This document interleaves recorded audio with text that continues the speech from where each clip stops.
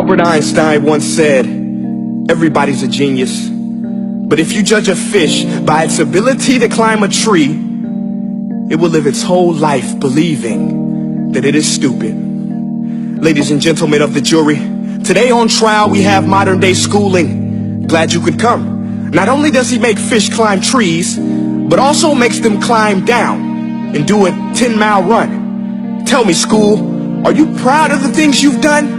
Turning millions of people into robots, do you find that fun? Do you realize how many kids relate to that fish? Swimming upstream in class, never finding their gifts, thinking they are stupid, believing they are useless? Well, the time has come, no more excuses. I call school to the stand and accuse him of killing creativity, individuality, and being intellectually abusive.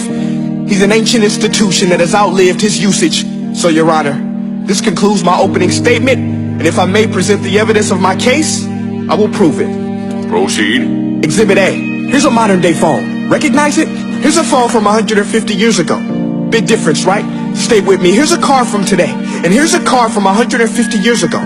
Big difference, right? Well, get this. Here's a classroom of today, and here's a class we used 150 years ago. Now, ain't that a shame? In literally more than a century, nothing has changed. Yet you claim to prepare students for the future? But with evidence like that, I must ask, do you prepare students for the future or the past? I did a background check on you and let the record show that you were made to train people to work in factories, which explains why you put students in straight rows, nice and neat, tell them sit still, raise your hand if you want to speak, give them a short break to eat, and for 8 hours a day tell them what to think. Oh, and make them compete to get an A. A letter which determines product quality, hence grade A of meat. I get it. Back then, times were different. We all have a past. I myself am no Gandhi. But today, we don't need to make robot zombies. The world has progressed. And now we need people who think creatively, innovatively, critically, independently, with the ability to connect.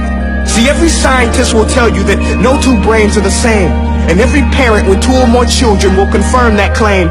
So please explain why you treat students like cookie cutter frames or snapback hats, giving them this one-size-fits-all crap. Watch your language. Sorry, Your Honor, but if a doctor prescribed the exact same medicine to all of his patients, the results will be tragic. So many people would get sick, yet when it comes to school, this is exactly what happens, this educational malpractice, where one teacher stands in front of 20 kids, each one having different strengths, different needs, different gifts, different dreams, and you teach the same thing the same way?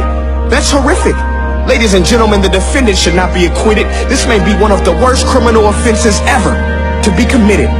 And let's mention the way you treat your employees. Objection. Overruled. I want to hear this. It's a shame. I mean, teachers have the most important job on the planet, yet they're underpaid? No wonder so many students are short-changed. Let's be honest. Teachers should earn just as much as doctors, because a doctor can do heart surgery and save the life of a kid. But a great teacher can reach the heart of that kid and allow him to truly live. See, teachers are heroes that often get blamed, but they're not the problem.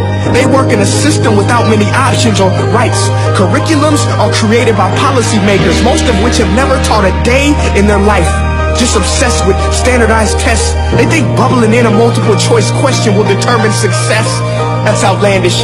In fact, these tests are too cruel to be used and should be abandoned, but don't take my word for it. Take Frederick J. Kelly, the man who invented standardized testing, who said, and I quote, "These tests are too cruel to be used and should be abandoned." Ladies and gentlemen of the jury, if we continue down this road, the results will be lethal. I don't have much faith in school, but I do have faith in people. And if we can customize healthcare, cars, and Facebook pages, then it is our duty to do the same for education, to upgrade and change and do away with school spirit, because that's useless. Unless we're working to bring the spirit out of each and every student, that should be our task. No more Common Core. Instead, let's reach the core of every heart in every class. Sure, math is important, but no more than art or dance. Let's give every gift an equal chance. I know this sounds like a dream, but countries like Finland are doing impressive things. They have shorter school days. Teachers make a decent wage. Homework is non-existent, and they focus on collaboration instead of competition. But here's the kicker, boys and girls. Their educational system outperforms every other country in the world. Other places like Singapore are succeeding rapidly. Schools like Montessori, programs like Khan Academy. There is no single solution, but let's get moving. Because while students may be 20% of our population, they are 100% of our future. So let's attend to their dreams, and there's no telling what we can achieve. This is a world in which I believe, a world where fish are no longer forced to climb trees. I'll rest my case.